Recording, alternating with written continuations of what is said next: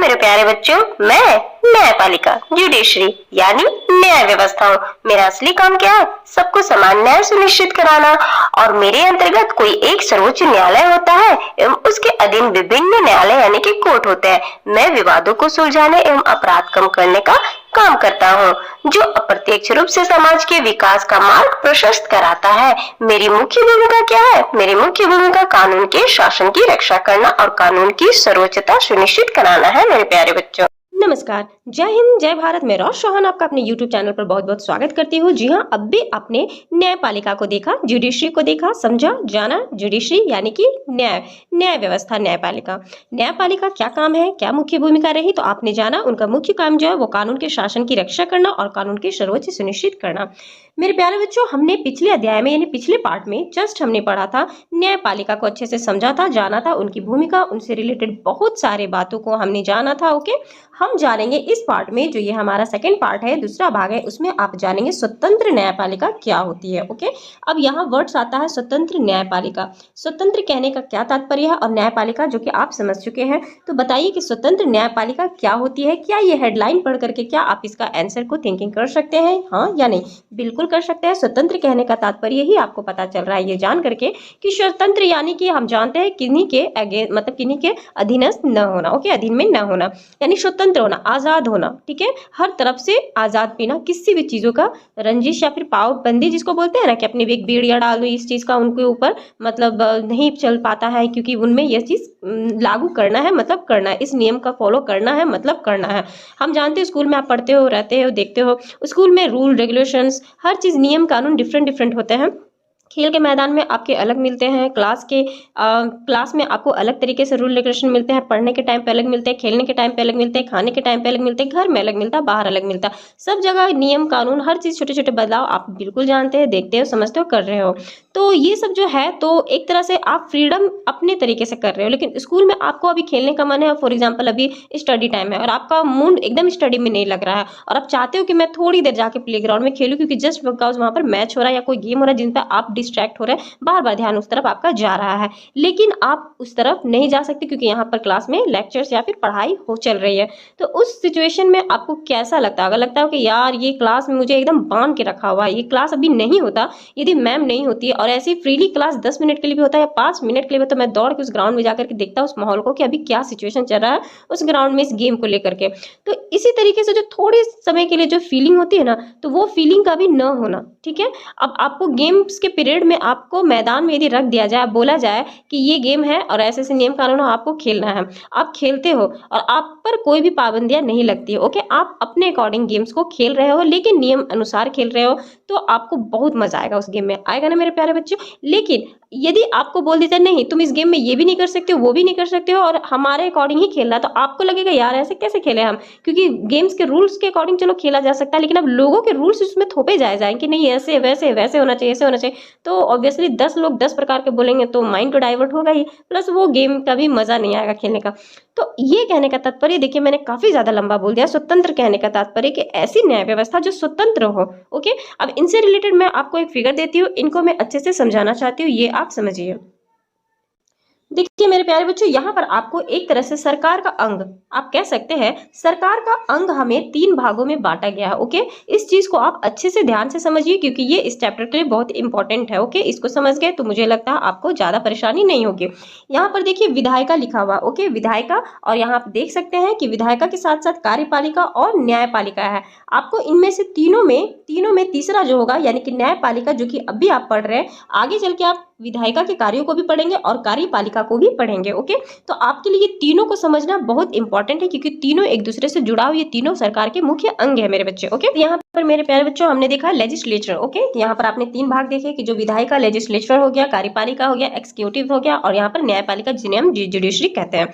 तो यहाँ पर जो 3 है, अब आप कहेंगे कि इन तीनों के अंतर क्या हुआ। ओके, आप कहेंगे ना कि आखिरकार विधायिका, कार्यपालिका और न्यायपालिका में क्या अंतर है, तो चलिए इसी के अंतर को भी हम जान लेते हैं। तो इनमें मुख्य अंतर हम देखेंगे तो हम पाएंगे कि यहाँ पर जो सरकार के 3 अंग हमारे दिए हुए हैं। ओके, तो पहला जो कि हम जानते हैं लेजिस्लेचर हो गया हमारा, और सेकंड हमारा एक्सिक्यूटिव, और थर्ड हमारा जुडिशरी, जिन्हें हम विधायिका, कार्यपालिका और न्यायपालिका कहते हैं। विधायिका इट मीन संसद और विधानमंडल, संसद पार्लियामेंट हम पढ़ चुके हैं, फर्स्ट चैप्टर आप जान रहे हैं, वहाँ कानून बनाने का जो भी व्यवस्था वहाँ पर कानून बनता है किस तरीके से, वो हमारा विधायिका का काम होता है।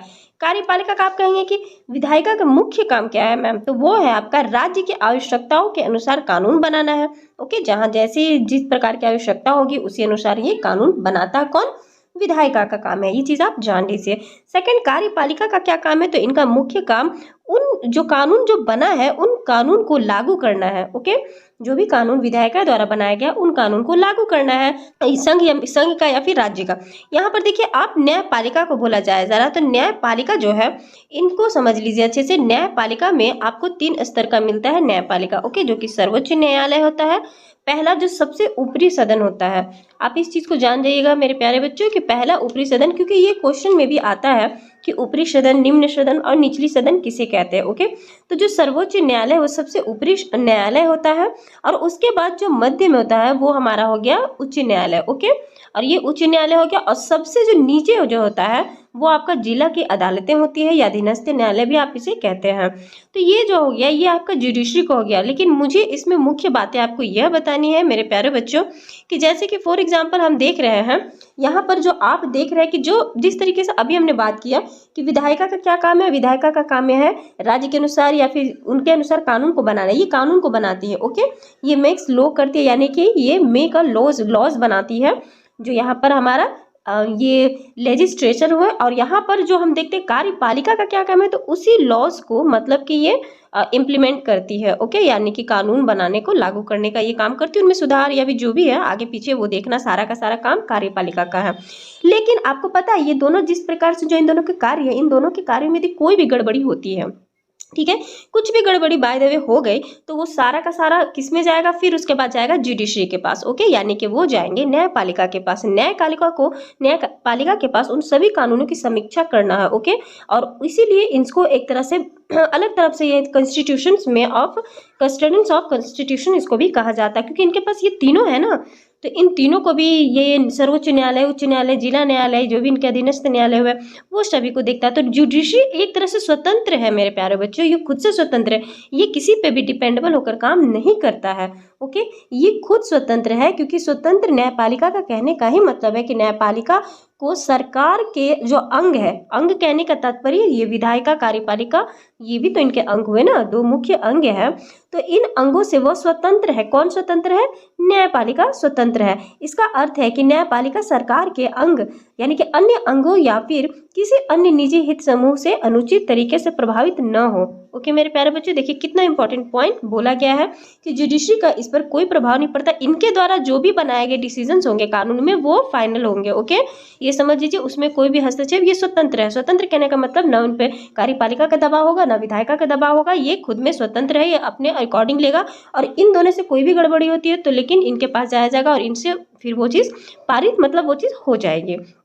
तो ये एक इंपॉर्टेंट फैक्ट था जो मुझे बहुत जरूरी लगा आपको अच्छे से बताना डिटेल में, इसलिए मैंने इस चीज को बताया डिटेल में। यहाँ एक और पॉइंट है मौलिक अधिकार। ओके, मौलिक अधिकार जिस प्रकार से हमें दिए गए हैं, तो ये जो आप 6 मौलिक अधिकार आप जानते हैं कौन कौन से? समानता का अधिकार आपका हो गया। ओके, समानता का अधिकार, स्वतंत्रता का अधिकार, शोषण के अधिकार और धार्मिक स्वतंत्रता का अधिकार, सांस्कृतिक एवं शिक्षा संबंधी अधिकार और साथ साथ संवैधानिक उपचारों का विरुद्ध का मतलब अधिकार। तो ये जो हमारे मौलिक अधिकार है इन्हीं सबको ध्यान में रखा जाता है। यही सब जो ध्यान में रखा जाता है ये सभी न्यायालय का काम है, जुडिशरी का काम है, क्योंकि जुडिशरी जो है वो इन्हीं सभी को ध्यान में रख करके मतलब मौलिक अधिकारों का हनन नहीं होने देती है, यानी आम जनता का मौलिक अधिकार का हनन ना हो, उसका सही तरीके से मतलब सुचारू रूप से वो चलता रहे, बढ़ता रहे, इसका पूरा ध्यान न्यायपालिका करती है। सर्वोच्च न्यायालय, उच्च न्यायालय और जिला न्यायालय ये 3 क्या है, ये हम तीनों टॉपिक्स को अच्छे से डिटेल में आगे पढ़ेंगे। ओके, अभी चलते हैं हम बुक वाली किताब की दुनिया में चलते हैं, उसमें एनसीईआरटी किस तरीके से बोल रहा है वो समझते हैं।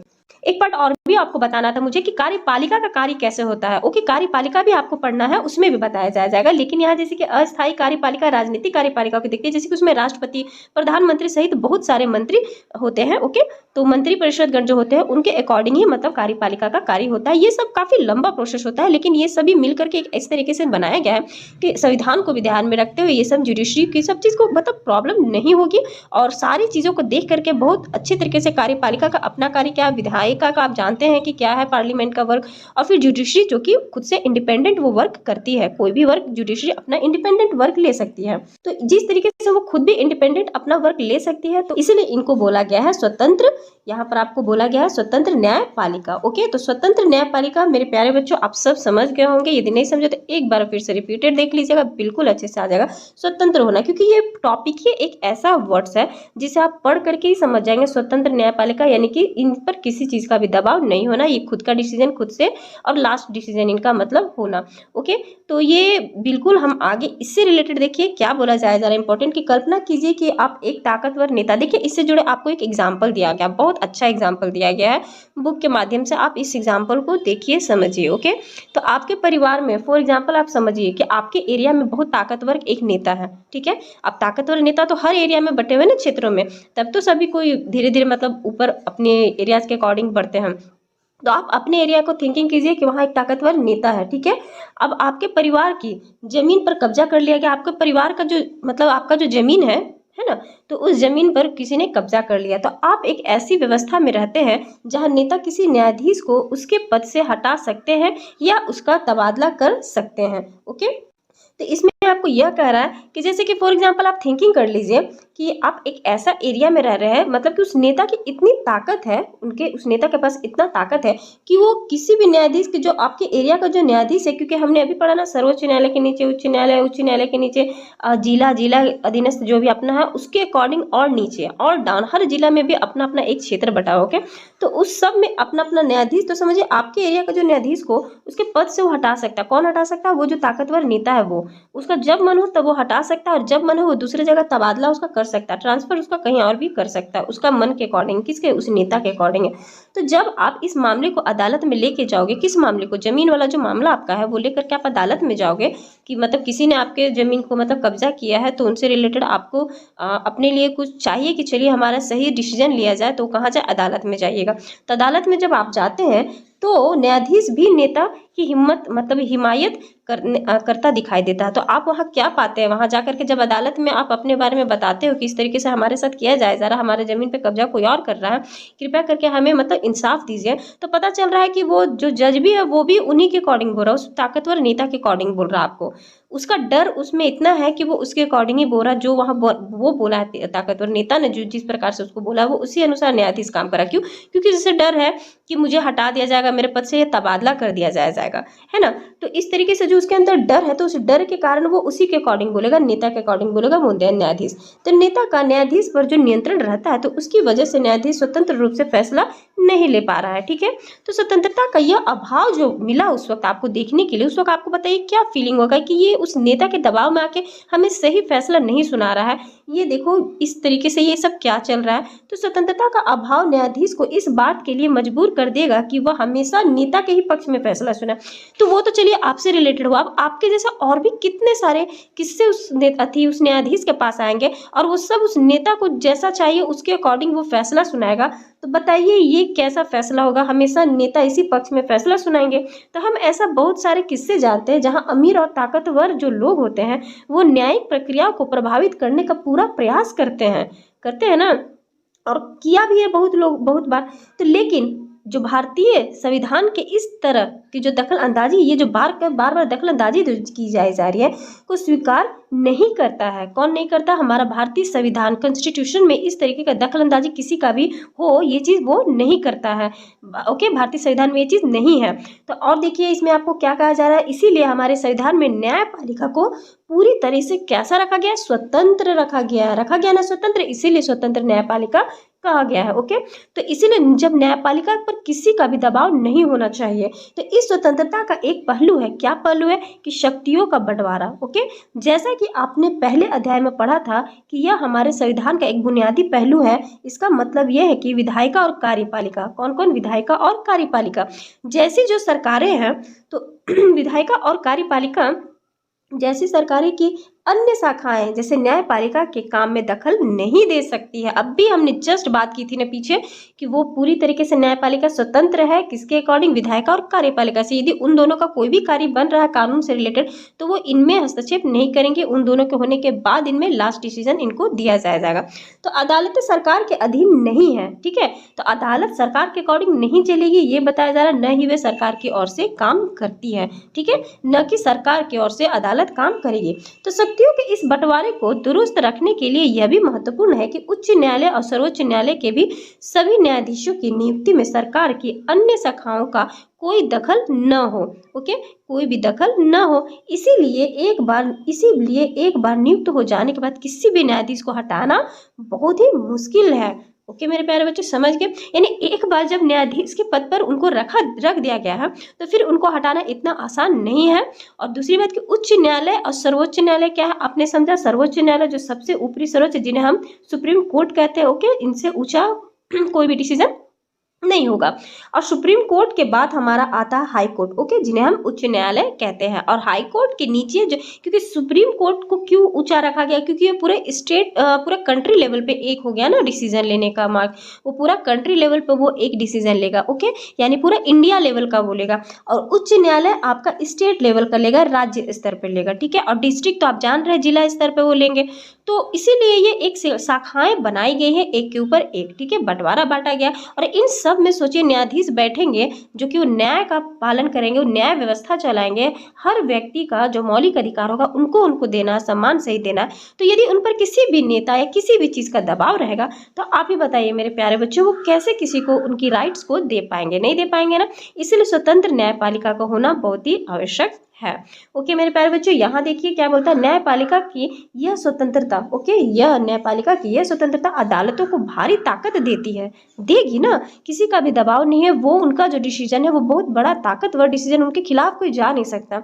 इसके आधार पर वे विधायिका और कार्यपालिका द्वारा शक्तियों के दुरुपयोग को रोक सकते हैं। यदि कोई विधायिका में, ओके, यानी कि वो चाह रही है कि लेजिस्लेशन में चलो कुछ गलत डिसीजन ले लिया जाए कानून को लेकर के, किसी का दबाव में आकर, या कार्यपालिका के द्वारा चलो कुछ गलत डिसीजन ले लिया जा रहा, तो वो दोनों का लास्ट में सही डिसीजन हो सकता है न्यायपालिका के पास, क्योंकि उन दोनों का शक्तियों का कोई भी गलत उपयोग नहीं हो सके, इसका भी पूरा ध्यान न्यायपालिका रखती है। ओके, तो न्यायपालिका देश के नागरिकों के मौलिक अधिकार, देखिए है ना, हमने मौलिक अधिकार का जस्ट बात किया था ना कि 6 प्रकार के मौलिक अधिकार जो हमें दिए गए हैं उनका भी सही पालन करना और सही तरीके से सभी नागरिकों को मिलना चाहिए, इसका भी पूरा का पूरा किसको श्रेय जाता है? वो न्यायपालिका को। तो इसी की जो मौलिक अधिकारों की रक्षा में भी तो अहम भूमिका निभाती है ना, क्योंकि अगर किसी को लगता है कि उसके अधिकारों का उल्लंघन हो रहा है तो वह अदालत में जा सकता है, अपने लिए मतलब बता सकता है कि मुझे जो मेरा राइट चाहिए उसके लिए वो लड़ सकता है। अब देखिए भारत में अदालतों की संरचना कैसे हुई, ये भी एक अपने रूप में एक क्वेश्चन मार्क है ना, कि आखिरकार अदालत की शुरुआत कैसे हुई, किस तरीके से बना, तो चलिए इसके बारे में भी हम पढ़ लेते हैं। यहाँ पर देखिए भारत में अदालतों की संरचना कैसे है। हमारे देश में 3 अलग अलग स्तर की अदालतें होती है, ठीक है, अब भी हमने जस्ट बात की थी, वही चीज़ को आपको यहाँ पर बता रहा है। 3 अलग अलग स्तर की अदालतें होती है। जैसे निचले स्तर पर बहुत सारी अदालतें होती हैं निचले स्तर, यानी कि डिस्ट्रिक्ट लेवल का बोल रहा है कि उसमें भी 2 भाग का आप पढ़ेंगे कि सिविल कोर्ट होता है, क्रिमिनल कोर्ट अलग होता है, ओके, उसके जज भी अलग अलग सब, तो वो सब भी बांटेंगे। तो इसी को बोल रहा है निचले स्तर की जो अदालतें उनको बांटा गया है। और सबसे जो ऊपरी स्तर पर केवल एक ही अदालत है, ठीक है, जिन अदालत से लोगों को सबसे ज़्यादा ताल्लुकात होती है और उन्हें अधीनस्थ न्यायालय या जिला अदालत कहा जाता है। ये अदालतें आमतौर पर जिले या तहसील के स्तर पर या किसी शहर में होती है। ये बहुत तरह के मामलों की सुनवाई करती है। प्रत्येक राज्य जिले में बांटा होता है, ठीक है, बटा होता है, और हर जिले में एक जिला न्यायाधीश भी होता है। प्रत्येक राज्य का एक उच्च न्यायालय होता है। तो यहाँ देखिए हर राज्य का अपना एक उच्च न्यायालय होता है, ठीक है, यानी कि हाई कोर्ट जो है वो हर राज्य का अपना अपना एक होता है, क्योंकि राज्य स्तर से है। और सुप्रीम कोर्ट तो ऑब्वियसली एक जो पूरा का पूरा इंडिया को लेवल को देखती है, ठीक है, ऑल ओवर वो देखती हैं हर स्टेट्स को। और जो स्टेट लेवल पे है वो अपना आ गया आपका उच्च न्यायालय हो गया, यानी कि हाई कोर्ट आपका आ गया है, ठीक है। तो प्रत्येक राज्य जिले में बटा होता है और हर जिले में एक जिला न्यायाधीश भी होता है। तो हर जिला में एक न्यायाधीश होता है, ये चीज को ध्यान में रखिएगा, ठीक है। प्रत्येक राज्य का एक उच्च न्यायालय होता है, तो जान गई, या अपने राज्य की सबसे ऊंची अदालत होती है। उच्च न्यायालय यानी कि हाई कोर्ट से ऊपर सर्वोच्च न्यायालय होता है। हमेशा सुप्रीम कोर्ट सबसे ऊपर होगा, हाई कोर्ट उससे नीचे होगा, क्योंकि हाई कोर्ट स्टेट लेवल पे वर्क करती है और सुप्रीम कोर्ट पूरा इंडिया लेवल पे करती है। ओके, यह देश की सबसे बड़ी अदालत है जो नई दिल्ली में स्थित है। कहाँ है सर्वोच्च न्यायालय यानी कि सुप्रीम कोर्ट कहाँ है, तो वो है दिल्ली में। ओके, नई दिल्ली में है, तो नई दिल्ली में है। और देश के मुख्य न्यायाधीश सर्वोच्च न्यायालय के मुखिया होते हैं, ठीक है। जो मुख्य न्यायाधीश होते हैं वो क्या होते हैं, सर्वोच्च न्यायालय के मुखिया होते हैं। और सर्वोच्च न्यायालय के फैसले देश के बाकी अदालतों को मानने ही होते हैं, ठीक है। इनसे जुड़े आपको देखिए बहुत अच्छा एग्जाम्पल भी इस बुक में देखने मिलेगा। देखिए यहाँ पर एक फिगर दिया गया कि निचली अदालत से ऊपरी अदालत तक हमारी न्यायपालिका की संरचना पिरामिड की तरह आपको दिया गया, इसको बनाना। अब आपको तो मुझे नहीं लगता बिल्कुल भी प्रॉब्लम होगी, क्योंकि ये देख कर आप बता दोगे कि ये कौन सा, ये कौन सा, ये कौन सा। ये निचली अदालत में क्या होगा, यानी कि जिला स्तर पर होगा, ये आपका हाई कोर्ट आप समझ रहे हैं। ओके, उच्च न्यायालय और सर्वोच्च न्यायालय आप जान रहे हैं, जो कि इंडिया लेवल पे एक है, जो सुप्रीम कोर्ट हमारा है।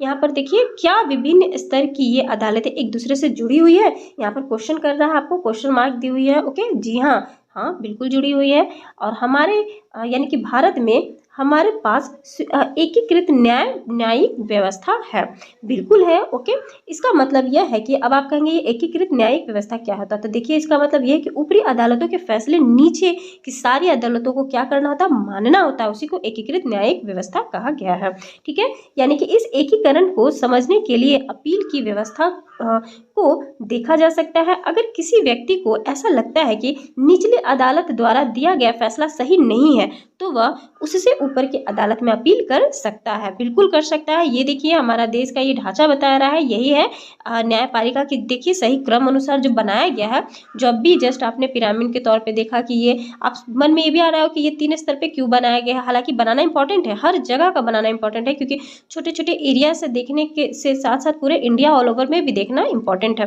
तो जिस प्रकार से ये क्रम वाइज में बांटा गया है, तो दिमाग में ये भी चलता होगा ना कि यदि जब से जिला स्तर पर ही काम हो जाता है तब तो ठीक है, नहीं होता है तो क्या हम उससे ज़्यादा स्टेट लेवल पे जा सकते हैं, तो बिल्कुल आप जा सकते हैं। और वहाँ भी काम नहीं होने पे आप इंडिया लेवल पर भी जा करके अपना मतलब कि मांग सकते हैं, अपना जो भी आपका अपील है, या फिर आप अपनी गुनाही या बेगुनाही सब चीज़ पे वहाँ पर भी बात अपील कर सकते हैं।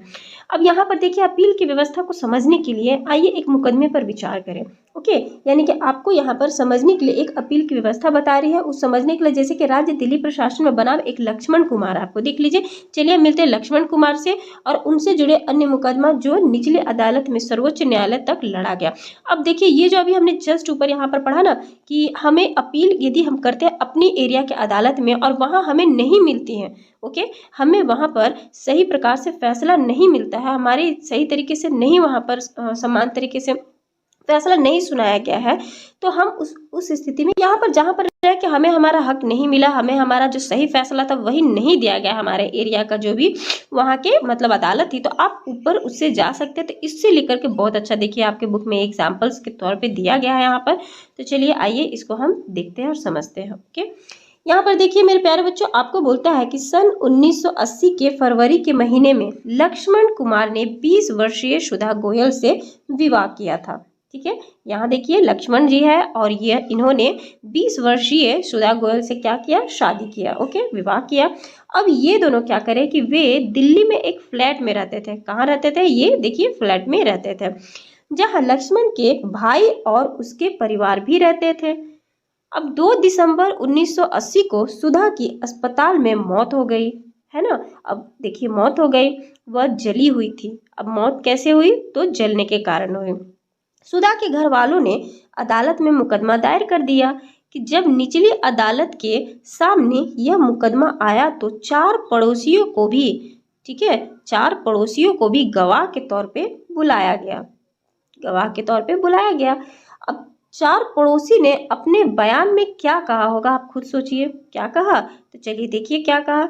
1 दिसंबर की रात को उन्होंने सुधा की चीख सुनी थी और मामला जानने के लिए वो बलपूर्वक लक्ष्मण के घर में घुस गए, क्योंकि उन्हें जानना था कि घर में हुआ क्यों वो चीखी, सुधा की आवाज़ क्यों आई, कहीं कुछ दुर्घटना तो नहीं हो गई। और ये जानने के लिए वो किसी तरीके से लड़ के यानी कि बलपूर्वक वो अंदर घुसे। और जो वहां जाकर के उन्होंने देखा तो वो देखते ही तंग रह गए। क्या देखा कि सुधा की साड़ी में आग की लपटें उठ रही थी और उन्होंने सुधा को एक बोरे और कंबल में लपेटकर किसी तरीके से आग को बुझाया। ठीक है, सुधा ने उन्हें मरने से पहले उन्हें बताया कि उसकी सास शकुंतला ने उसके ऊपर मिट्टी का तेल डाला था और लक्ष्मण कुमार ने आग लगाई थी, है ना।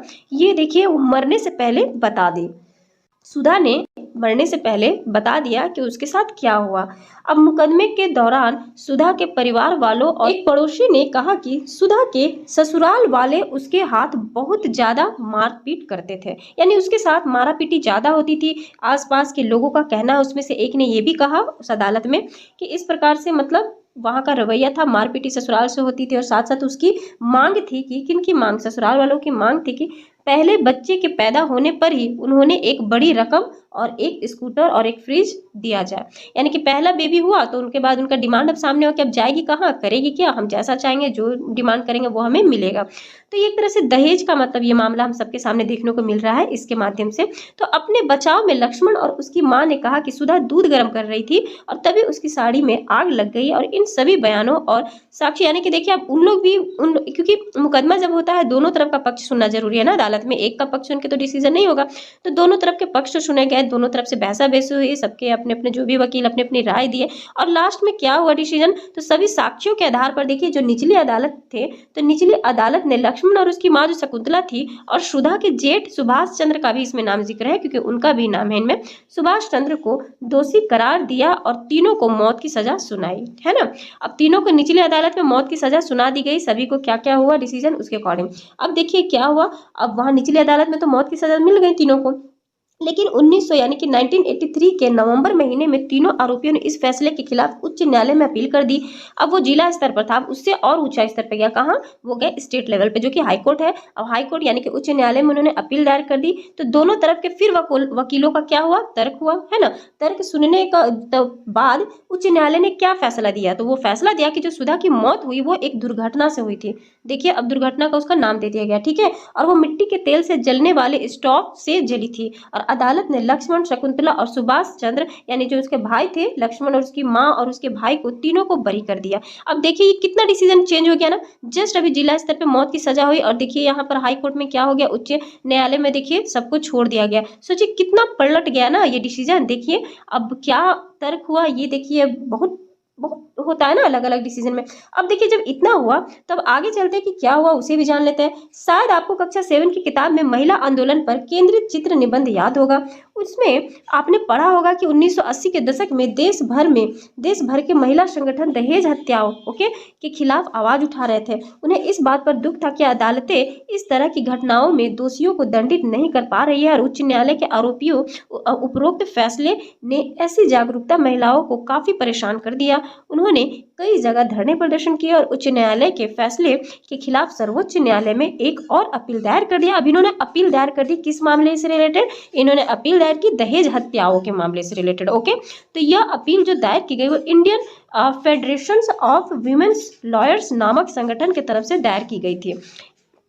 अब जब ये दायर की गई तो देखिए अब आगे का मामला क्या होता है कि 1985 में सर्वोच्च न्यायालय ने, अब सर्वोच्च न्यायालय में दायर कर दी इन्होंने, उससे भी ऊपर, क्योंकि स्टेट में तो हो गया, हाईकोर्ट ने तो अपना फैसला सुना दिया ना, उन सबको छोड़ दिया गया, लेकिन उनको तो संतुष्टि नहीं होना। तो अब वो जो संगठन था उन्होंने फिर उच्च न्यायालय यानी कि सर्वोच्च न्यायालय पे यानी कि सुप्रीम कोर्ट जो इंडिया लेवल का था वहां पर उन्होंने दायर कर दिया इस मामले को। अब वहां से देखिए क्या डिसीजन होगा वो देखिए समझते हैं, जो कि 1985 में यानी कि 1985 में सर्वोच्च न्यायालय ने क्या फैसला, लक्ष्मण और उसकी माँ व भाई को बरी करने के फैसले के खिलाफ अपील पर सुनवाई शुरू कर दी। अब इस पर फिर से बात चलने लगा। वकीलों के तर्क सुनने के बाद फिर वकील लोग आए, अपने अपने तर्क दोनों पक्षों के हुए और फिर लास्ट में देखिए सुनने के बाद सर्वोच्च न्यायालय ने जो फैसला दिया वो उच्च न्यायालय के फैसले से अलग था। ओके, यानी कि जो स्टेट लेवल का जो भी न्यायालय से जो उन लोगों को मिली थी जो सुनवाई हुई थी उससे डिफरेंट था। क्या था डिफरेंट, चलिए जानते हैं। सर्वोच्च न्यायालय ने लक्ष्मण और उसकी माँ को दोषी पाया, ठीक है, लक्ष्मण और उसकी माँ को तो दोषी पाया,